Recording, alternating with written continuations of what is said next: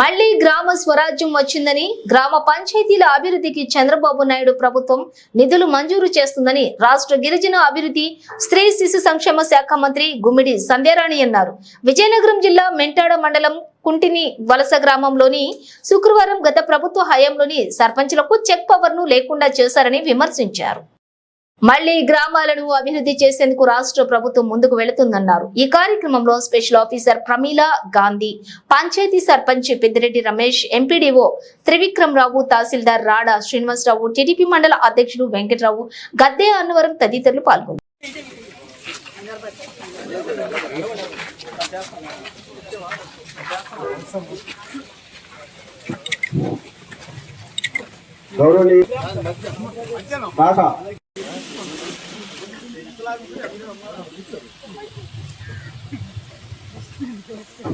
ఈరోజు గ్రామ సభకి ముఖ్య అతిథిగా అన్ని డిపార్ట్మెంట్ల నుంచి వచ్చిన అన్ని డిపార్ట్మెంట్ల అధికారులకు, మహిళా సంఘాలకు, గ్రామ ప్రజలకు, గ్రామంలో ఉన్న సరిహద్దు కందకాలు, వ్యక్తిగత భూముల్లో పండ్ల తోటల పెంపకము, పూల తోటల పెంపకము, మల్లె, గులాబీ, పశువుల షెడ్ నిర్మాణం ఇంతకుముందు మినీ గోకులం అని ఉండేది కదమ్మా. అది ఇప్పుడు మళ్ళీ ప్రపోజ్ చేశారమ్మా. గత ప్రభుత్వంలో లేదు. ఒక గ్రామం ఒక చిన్న గ్రామంలో ఉండిపోకూడదు, ఒక పెద్ద గ్రామం అనే సంగతి ఎవరికి కూడా తెలియదు. అమ్మ, మాకు చాలా చాలా ఇబ్బందులు ఉన్నాయి. ఏంటో ఇబ్బందులు అని అంటే, మా గ్రామంతో ఏ గ్రామానికి కూడా సరైన రహదారి లేదు. ఎందుకంటే మీరు వచ్చిన రహదారిలో కూడా నంగిరెడ్డాల కల్లాల దగ్గర ఉండే రహదారి కూడా అది టెంపరీ. అది మన సార్ కూడా అది తెలుసు. అక్కడ కూడా మనం శాశ్వత నిర్మాణం చేసుకోవాలి. ఎందుకంటే ఈ మధ్యనే మనకి కేరళలో జరిగిన వరదలు మీకు ఐడియా ఉంటా, మా మాట వినరు. మేము వాళ్ళ దగ్గరికి వెళ్ళలేము. మీరు ఎట్టి పరిస్థితుల్లో కూడా ఉన్న పొలాలకి మాకు దారి ఇప్పించి మాకు అన్ని రకాలుగా ఇది చేస్తారని ఆశిస్తున్నాం. అదే రకంగా అమ్మ, మీరు ఈ మధ్య మాకు వర్కులు ఇచ్చారు.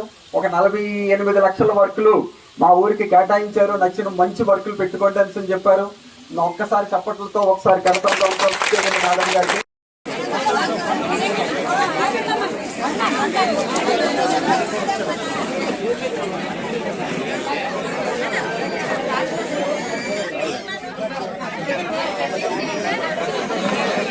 ప్రజల ఆశాజ్యోతి మెంటాడ గ్రామ సంఘ మహిళా సంఘాలు అందరి తరఫున మన మేడం గారికి మరి హృదయపూర్వక అభినందనలు తెలుపు. సర్పంచులకి 990 కోట్లు నిధులు సర్పంచుల అకౌంట్ లో వేస్తే మిగిలిన ఈ పనులన్నిటి నిమిత్తం 4500 కోట్లు విడుదల చేసి చిన్న చిన్న పనులతో పాటు పెద్ద పనులు కూడా చెయ్యాలనే ఒక ఆలోచన ఉంది.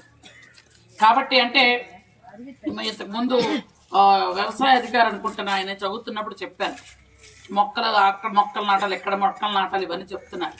ఇంతకుముందు ఉందా అంటే కొన్ని ఉన్నాయి, కొన్ని లేవమ్మా అన్నారు. ఇంతకుముందు అంతా చెట్లు కొట్టడమే, నాటడం ఎక్కడ లేదు. నాకు తెలిసి చెట్లు కొట్టడం తప్ప నాటే ప్రసక్తి ఎక్కడ ఉండేది కాదు. సీఎం వస్తే చెట్లు కొట్టాలి. అప్పుడు మీ దగ్గరకు వచ్చినట్టున్నాడు ఆయన శంకుస్థాపనకి. అప్పుడు ఎన్ని కొట్టారో నాకు తెలియదు యాక్చువల్గా. శంకుస్థాపనకి ఎక్కడో సర్ఫ్లైటు, అక్కడో సర్ఫ్లైటు, హెలికాప్టర్, మనుషులు ఎవరిని బయటకు రానివ్వకుండా, రోడ్డు మీద ఎవరిని తిరగనివ్వకుండా. అది కాదు పరిపాలన. ఒక నాయకుడు వస్తే నాయకుడు చుట్టూ మనుషులు ఉండాలి. నాయకుడికి అవతల వాళ్ళు అడిగే విధంగా ఉండాలి.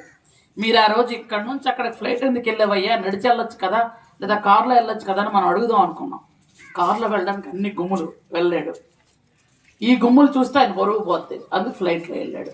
ఆ ఫ్లైట్ వెళ్ళడానికి ఎంత ఖర్చు అయింది? 2 కిలోమీటర్లకు 2 సార్లు ఫ్లైట్ ఎవరైనా ఎక్కుతారా? అంటే కోట్లాది రూపాయలు ఖర్చు చేసి వచ్చి ఏం చేశారయ్యా అంటే, గిరిజన యూనివర్సిటీ కట్టేస్తున్నాం. ఒక రాయని వేసారా చెప్పండి? ఒక్క రాయని వేసారా? ఆ రోజు కొబ్బరికాయ కొట్టి వెళ్ళిపోయిన కొబ్బరికాయలు అక్కడేమో పూర్తిగా ఎండిపోయి ఉంటాయి అంతే. అది ఎందుకంటే వాళ్ళకి కావాలి కదా, మరి వాటి మీద ఫోటోలు ఉంటాయి 60. అది పరిస్థితి.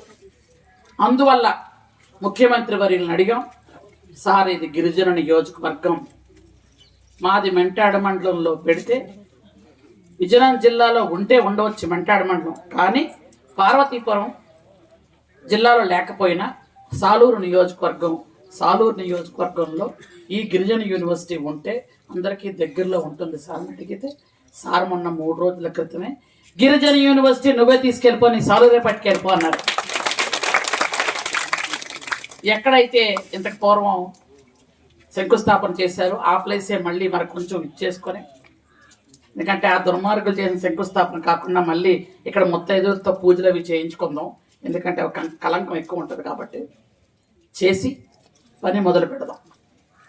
ఇక్కడ గిరిజన యూనివర్సిటీ వస్తే చుట్టుపక్కల ఉన్నటువంటి గిరిజనులందరికీ కూడా ఉపయోగపడుతుంది కాబట్టి తద్వారా మీ గ్రామం కూడా డెవలప్ అవుతుంది. కాబట్టి ఆ రోజు లక్షలాది రూపాయలు విలువ చేసిన భూములు కూడా మీరు తక్కువకి ఇచ్చారు నాకు తెలుసు. అందుకు మీ గ్రామం అందరికీ నేను ఒక్కసారి మనస్ఫూర్తిగా నేను మీ అందరూ నమస్కారం చేస్తాను.